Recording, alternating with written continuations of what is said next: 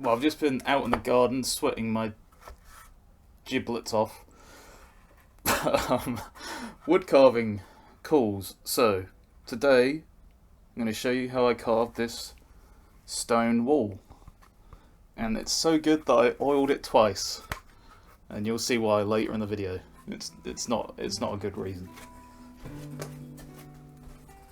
So you know the drill by now. We start with the outlining of everything with the bendy boy chisel.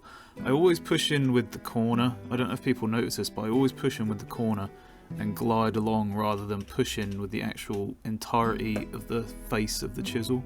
Because if you push in with the corner, you get more control, and also it's just easier to push through the cut. You can do even curves and everything with it. So I've outlined all the outside, and now I'm outlining all the blocks. And then after that, I start to take out the vertical sections of the mortar. I'm doing this all with the same chisel so far, by the way, all with the bendy boy, the chisel, like they're really flat, just a flat edge chisel, so nothing fancy. Then I guess this is a bit more of a fancy chisel. This is almost like a V chisel, but it's actually a gouge with a really tight angle on it, which is good for these little gaps down here. And because it was so good for those little gaps, I decided to try it on the vertical areas that I just cut out. I know that made the first part a little bit pointless, but you know, I like to show you the process that goes behind it. Then it was time to add texture to the stone wall. And really, you know what, this is almost the whole thing done, except I do something dumb. So I'm going through different gouges. I started off with a really flat gouge. Now this is a gouge with a more severe angle on the curve, so that, you know, it digs in a bit further. And then there I'm using a smaller gouge with a severe angle on the curves, on the curve, so that it digs in a bit further. And then I realised, because I've taken away so much wood, I need to then make the mortar go further back so the blocks stand out a little more. So it was just a knife around the outside and then this tiny chisel to take out all the little gaps in there, just to make the blocks appear deeper, which you'll see in this next shot. You can see they're pretty deep there. Now this is where I did something dumb, and I used this leather stamp, which I have used before on wood, but I think, you know what, let's add some texture, try and make it a bit more realistic. So I start using the hammer to hit this random shape texture tool all over the stones, and I sort of get a bit addicted to it and keep doing it. And then I thought, you know what, well, why don't we just bash the crap out of it with a hammer as well, because that'll add some texture as well.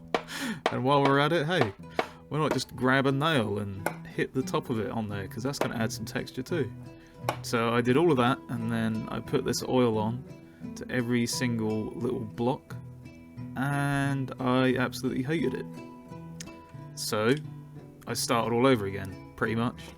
So while we're watching this moron fix his mistakes, I would like to thank my supporters on Patreon.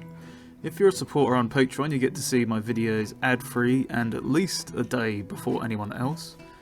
You also get a shout out in all my videos, as you can see at the top of the video there. We also chat on Patreon about my upcoming projects and plans for the channel with extra behind the scenes stuff.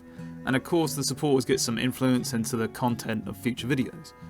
We're really building up a fun and supportive and welcoming community, and I'm really grateful for that. Thank you for your support, guys.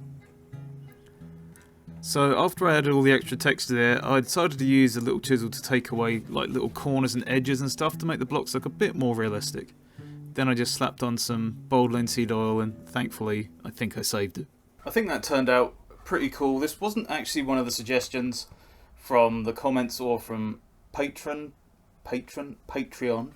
but rather it was just one of the things that I kind of wanted to do. When I looked at it more and tried to think about something else to do, I thought it might be a cool thing to do. So next time we're going to do this circle border, or like a bead moulding kind of. That's going to be the next video. So a bit more of a, I guess more of a practical decorative kind of thing next time, rather than some whimsical ham or something. Whimsical ham sounds quite delicious. Anyway, thanks for watching, and I'll catch you again next time.